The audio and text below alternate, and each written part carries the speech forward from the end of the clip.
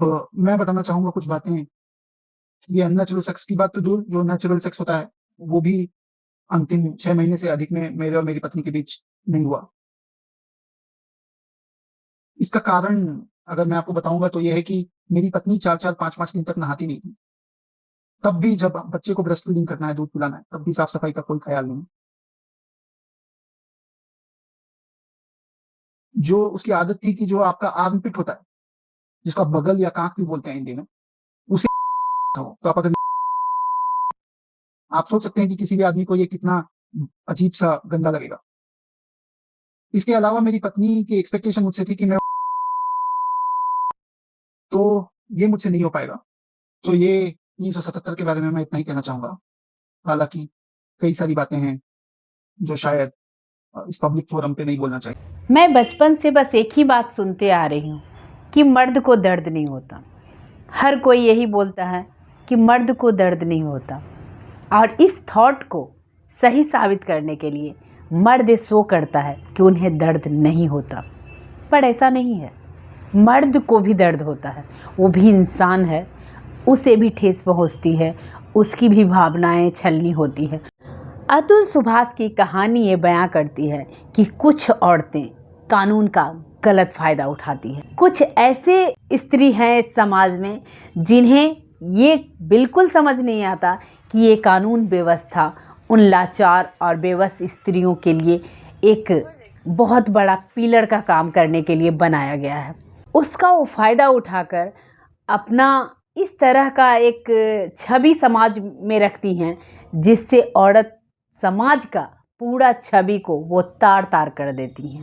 अतुल सुभाष की वाइफ ने ऐसा ही कुछ किया, जिसके कारण अतुल को सुसाइड करना पड़ा, जिसके कारण अभी पूरा सोशल मीडिया अतुल के भावनाएं और अतुल का दर्द महसूस कर रहा है।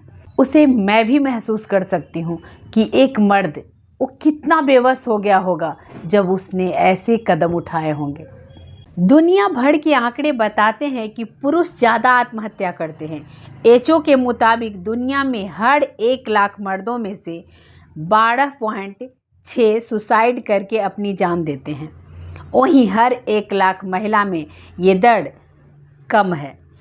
एनसीआरबी की 2022 की रिपोर्ट के बताती है कि 30 से 45 साल की उम्र के लोग ज़्यादा आत्महत्या करते हैं। इसके बाद 18 से 30 और फिर 45 से 60 साल की उम्र के लोग में सुसाइड के मामले ज़्यादा सामने आते हैं। बेंगलुरु की एक कंपनी में बतौर एआई इंजीनियर काम कर रहे अतुल सुभाष मोदी ने खुदकुशी कर ली। सुसाइड से पहले उन्होंने तकरीबन 1 घंटा 20 मिनट का एक वीडियो पोस्ट किया। साथ ही 24 पन्नों का सुसाइड नोट भी लिखा। इसमें उन्होंने पत्नी निकिता सिंघानिया और उसके परिवार वालों को अपनी मौत का जिम्मेदार बताते हैं। सुसाइड नोट में अतुल ने बताया कि निकिता और उसके परिवार वालों ने उन पर घरेलू हिंसा, हत्या की कोशिश, दहेज प्रताड़ना समेत 9 केस दर्ज करवा दिए थे।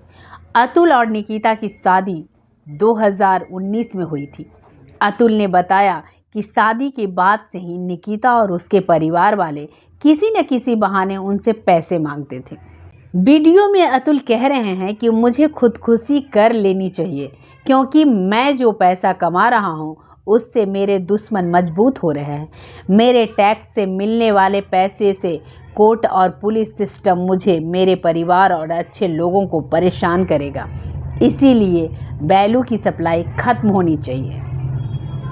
इस पूरे मामले में बस इतना है कि अतुल के खिलाफ कथित रूप से उनकी पत्नी और रिश्तेदारों ने झूठी केस दर्ज करवा दिए थे। इससे उन्हें आत्महत्या जैसा कदम उठाने को मजबूर कर दिया। लेकिन आत्महत्या जैसे ठोस कदम उठाने वाले अतुल सुभाष अकेले नहीं हैं। विश्व स्वास्थ्य संगठन WHO के मुताबिक दुनिया भर में हर साल 7 लाख से ज़्यादा लोग आत्महत्या कर लेते हैं। दुनिया भर में आत्महत्या मौत की तीसरी सबसे बड़ी वजह है। अकेले भारत में साल दर साल आत्महत्या करने वालों की संख्या बढ़ती जा रही है। ANCRB के आंकड़ों और गौर करें तो पता चलता है कि आत्महत्या करने वालों में महिलाओं की तुलना पुरुषों की संख्या कहीं ज़्यादा है। हर व्यक्ति की आत्महत्या करने का अलग अलग कारण होता है। एक्सपर्ट का मानना है कि डिप्रेशन, तनाव की वजह से आत्महत्या करने की प्रवृत्ति बढ़ रही है। कई बार मेडिकल कारण भी होता है। इसके अलावा जब इंसान के पास अपनी परेशानी से निकलने का कोई रास्ता नहीं होता तो वो सुसाइड के लिए सोचता है। ANCRB ने अपनी रिपोर्ट में आत्महत्या करने वाले कारणों के बारे में बताया कि इसके मुताबिक फैमिली प्रॉब्लम और बीमारी, एड्स, कैंसर जैसी बीमारियों से तंग आकर लोग सबसे ज़्यादा आत्महत्या करते हैं। शादी से जुड़ी परेशानियों से लोग तंग आकर ऐसे कदम उठाते हैं। आत्महत्या का सबसे बड़ा कारण पारिवारिक समस्या रही है। पारिवारिक समस्या, बीमारी, शराब की लत, मानसिक बीमारी, कर्ज, शादी से जुड़ी परेशानी और लव अफेयर। 2011 में एक रिसर्च हुई थी जिसमें ये पता लगाने की कोशिश की गई थी कि आखिर में महिलाओं की तुलना पुरुष ज़्यादा सुसाइड क्यों करते हैं।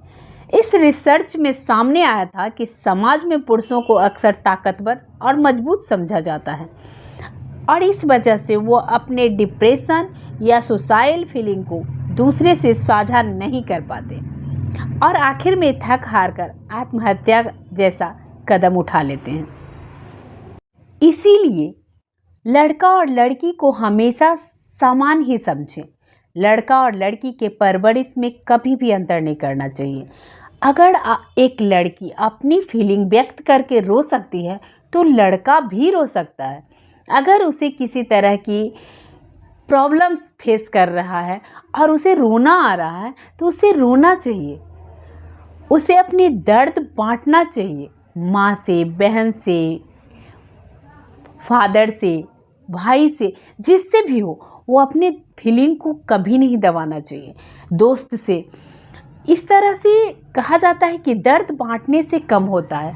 हमेशा अपने दर्द को अंदर कभी नहीं दबाना चाहिए कि एक ना एक दिन वो गुबार बनकर बाहर आएगा या किसी दुष्परिणाम का एक अलग रूप ले लेगा। 2003 में भी एक मर्द में सुसाइड को लेकर यूरोप में स्टडी हुई थी। इस स्टडी में बताया गया था कि बेरोजगारी के समय मर्दों के सुसाइड करने का रिस्क बढ़ जाता है क्योंकि उन्हें ऐसा लगता है कि समाज और परिवार को जो उनसे उम्मीद है उस पर वो खड़े नहीं उतर पा रहे हैं। ऐसे समय में उन्हें चाहिए कि वो अपनी प्रॉब्लम्स को साझा करें। चलते चलते तो यही कहूँगी कि आत्महत्या एक गंभीर मनोवैज्ञानिक और सामाजिक समस्या है। अगर आपको भी कोई परेशानी है तो दोस्तों, रिश्तेदारों, भाई, जो भी आपका अपना सबसे प्रिय लगता है उससे अपनी बातें शेयर करें। डॉक्टरी सलाह लें, सही समय पर सही सलाह लें। इसे काफ़ी हद तक आप रोक सकते हैं। आप अपने अंदर की भावनाओं को अगर व्यक्त कर देंगे तो आप इस बड़ी घटना से बच सकते हैं। अभी भी समय है। जो भी ये वीडियो देख रहे हैं, किसी के भी मन में अगर ऐसे सवाल आते हैं तो प्लीज़ एक बार उस इंसान से संपर्क ज़रूर कीजिए जिससे आप अपना दर्द बांट सकते हैं।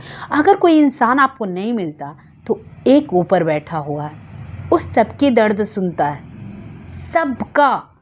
वो सबका अपना है, आपकी भी सुनेगा।